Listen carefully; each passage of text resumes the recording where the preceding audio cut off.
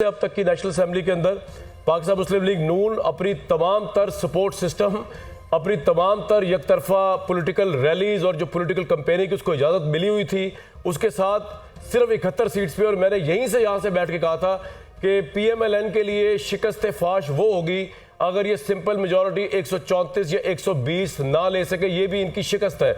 यहाँ तो 100 भी नहीं आया, यहाँ तो 90 भी नहीं आया, यहाँ तो 80 भी नहीं आया, इस वक्त 71 पे खड़ी हुई है। पाकिस्तान पीपल्स पार्टी 52 पे है, MQM 13 के ऊपर है।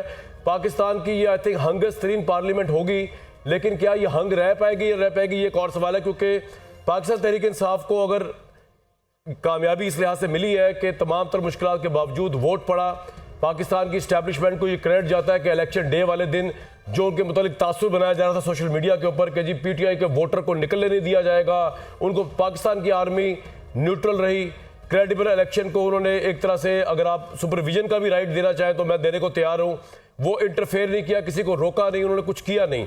तो इसका क्रेडिट जो है मैं अफवाज पाकिस्तान को देना चाहिए। अगर आज पाकिस्तान तहरीक इंसाफ बहुत खुश है तो उस खुशी के अंदर फिर ये भी याद रखें कि इस खुशी से पहले जो आप मरसिया पढ़ रहे थे, उस मरसिया की बुनियाद ये थी कि जी फौज नहीं तहरीक इंसाफ को निकलने देगी, फौज वोट नहीं डालने देगी।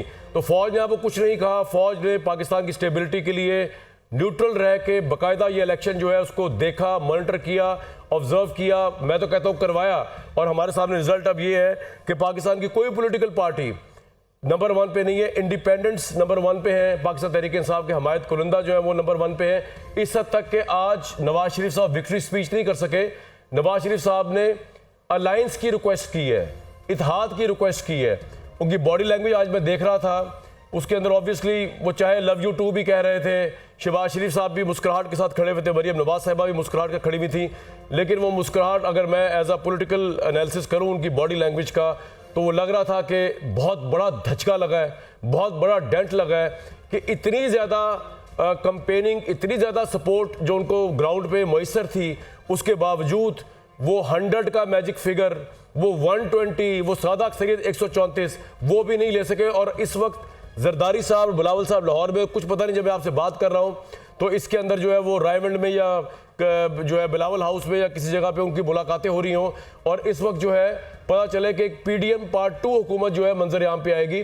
अगर जब मुल्क की स्टेबिलिटी के लिए कोई अच्छी खबर नहीं है ये कि किसी एक पार्टी को जो है वो स्ट्रेट अवे अक्सरियत नहीं मिली कि वो अपनी हुकूमत बनाए, अपनी कैबिनेट लेके आए, उसके हिसाब से गवर्नेंस जो है उसको लेके जाए, आवाम उसको अकाउंटेबल करे। लेकिन ये एक रियल पॉलिटिक्स है, ये एक प्रैग्मेटिज्म है, ये पाकिस्तान की आज की रियलिटी है। इस रियलिटी को से कौन किस तरह सबक हासिल करेगा ये सवाल मैं छोड़ देता हूँ। लेकिन एक बहुत बड़ा सवाल जो इस इलेक्शन पे उठा, हमने कल रात से आपको बताया, आज की डेट तक, अब जब मैं आपसे मुखातिब हूँ 10 बज रहे हैं, 10 से ऊपर का टाइम हो चुका है, इलेक्शन कमीशन ऑफ पाकिस्तान ये तौजीह पेश ही नहीं कर सका कि सुबह के 10 बजे तक भी रिजल्ट्स क्यों नहीं थे। यानी वो इलेक्शन जिसकी काउंटिंग स्टार्ट हो चुकी थी कल शाम 5 बजे, वो वहां से लेकर सुबह तक जो है उसके रिजल्ट ही नहीं आ सके, रिजल्ट स्टॉप कर दिए गए। और उसके मुतालिक इलेक्शन कमीशन ऐसे चुप है जैसे कि लबों पे एल्फी लगा दी गई है और वो अब मुंह खोल ही नहीं सकते। और इससे इस इलेक्शन की क्रेडिबिलिटी बहुत ज़्यादा हिट हुई। और पाकिस्तान तहरीक इंसाफ का तो मानना है कि 40 से 50 सीटों के ऊपर जो है वो धांधली की गई है। बड़े बड़े बुर्ज जो है उल्टे हैं। हमारे हरदिल अजीज राना सनाउल्लाह साहब जिनकी बड़ी पक्की सीट थी वो हार गए। KP में जो है जिन्होंने बगावत की पाकिस्तान तहरीक इंसाफ से, दोनों वज़ीर आला खटक साहब भी और महमूद खान साहब भी वो हार गए। गंडापुर साहब से मौलाना फजल रहमान हार गए। लाहौर के अंदर रोयल असगर बड़ी इंपॉर्टेंट सीट थी वो हार गए। ख्वाजा साद रफ़ीक को मैं क्रेडिट दूंगा, जिस तरह उन्होंने सोशल मीडिया पे जाके मुबारकबाद दी लतीफ़ खोया साहब को, ये अप्रिशिएबल है। लेकिन वहाँ पर नवाज शरीफ साहब जहाँ मानसेरा में हारे, वो लाहौर में भी तमाम रिपोर्टर्स के हिसाब से हार रहे थे, ख्वाह वो हमारे चैनल के रिपोर्टर्स हों या वो किसी और चैनल के रिपोर्टर्स हों जो ग्राउंड में थे, वो हार रहे थे। लेकिन एट द एंड जो है जो रिजल्ट आया उसमें वो जीत गए। और वो जीत बड़ी सस्पिशियस थी क्योंकि मेरे सामने अगर हम दिखा सके NA 130 का जो फॉर्म 47 इलेक्शन कमीशन ने अपलोड किया हुआ था, अब उन्होंने उतार दिया। उसके अंदर जो कुल तादाद वोट्स की थी वो उससे कम है जो कि दुरुस्त वोट्स की तादाद है, तो इसलिए बड़ा सस्पिशियस है। उससे बढ़ के इस इलेक्शन का रिजल्ट ये बता रहा है NA 130 नवाज शरीफ साहब का कि ना जमात इस्लामी को कोई वोट पड़ा, ना पीपल्स पार्टी को कोई वोट पड़ा, ना किसी आज़ाद को कोई वोट पड़ा। यानी कहने का मतलब है जो कैंडिडेट खड़े हुए थे उन्होंने भी अपने आप को वोट नहीं दिया। मतलब आज़ाद एक खड़े हुए थे कैंडिडेट वो भी 0, पाकिस्तान पीपल्स पार्टी पार्लियामेंटेरियन वो भी 0, 4 आज़ाद और है वो भी 0, तो ये समझ नहीं आया कि ये रिजल्ट किस तरह, ये रिजल्ट आई थिंक चैलेंज होगा।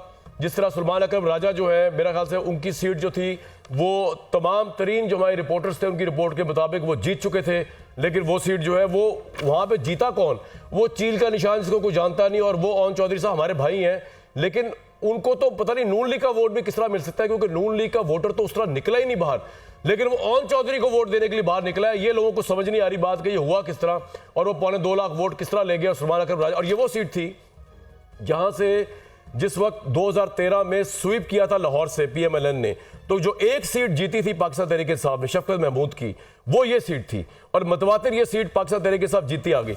इलेक्शन की रिजल्ट्स पे जरूर सवाल उठेगा, लेकिन एट लार्ज हमें फिर भी अप्रिशिएट करना चाहिए कि पाकिस्तान में एक बड़ा मुश्किल मरला ये हो गया। नवाज शरीफ साहब ने जो एलिजेड विक्ट्री स्पीच की है, या एलिजेड डिफीट स्पीच की है, या एलिजेड अलायंस मांगने की स्पीच की है, वो आपको सुनवाता हूं। उसके बाद बात ये चलेगी आगे कि अब पाकिस्तान का मंजरनामा यहां से किस तरह आगे चलेगा। हमारे आज का जो पैनल है बड़ा अहम है, उसका भी आपसे तारुफ कराऊंगा, लेकिन सबसे पहले जरा नवाज शरीफ साहब को सुन लें। पार्टियों के मैंडेट का एहतराम करते हैं, जिनको भी मैंडेट मिला है हम दिल की गहराइयों से एहतराम करते हैं, चाहे वो पार्टी है, चाहे वो फर्द वाहिद है, चाहे वो आज़ाद लोग हैं, हम उनका भी एहतराम करते हैं। हम उनको भी दावत देते हैं कि इस जख्मी